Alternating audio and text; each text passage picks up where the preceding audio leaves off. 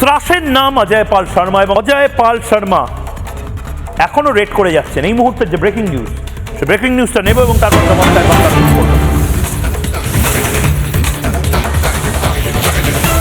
রাতেও অ্যাকশন মোডে ফলতায় অজয় পাল শর্মা, এখনো বাহিনী নিয়ে টহলে সিংঘম।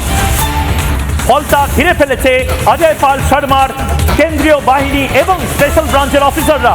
এক অভূতপূর্ব দৃশ্য দেখছে ডায়মন্ড হারবারের 7টা বিধানসভা অঞ্চল। ডায়মন্ড হারবারে ত্রাস খতম। রাত 8টা বেজে গেছে, এখনো ভয় দেখানোর জন্য বোমাবাজি হয়নি, গুলি চলেনি, লাশ পড়েনি।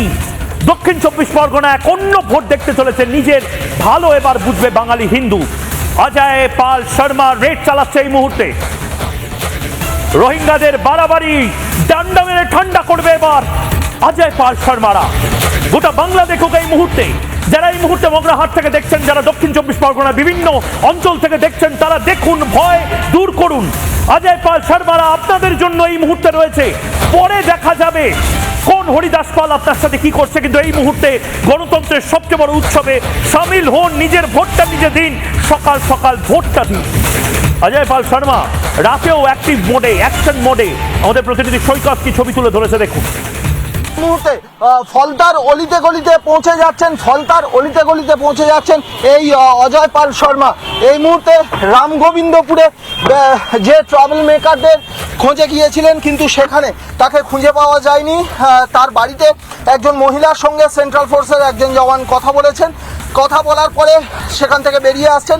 এই মুহূর্তে ডায়মন্ড হারবার শহরের দিকে এগিয়ে চলেছেন। মেন রোড ধরে যেটা ডায়মন্ড হারবার শহরের দিকে যাওয়া যায়,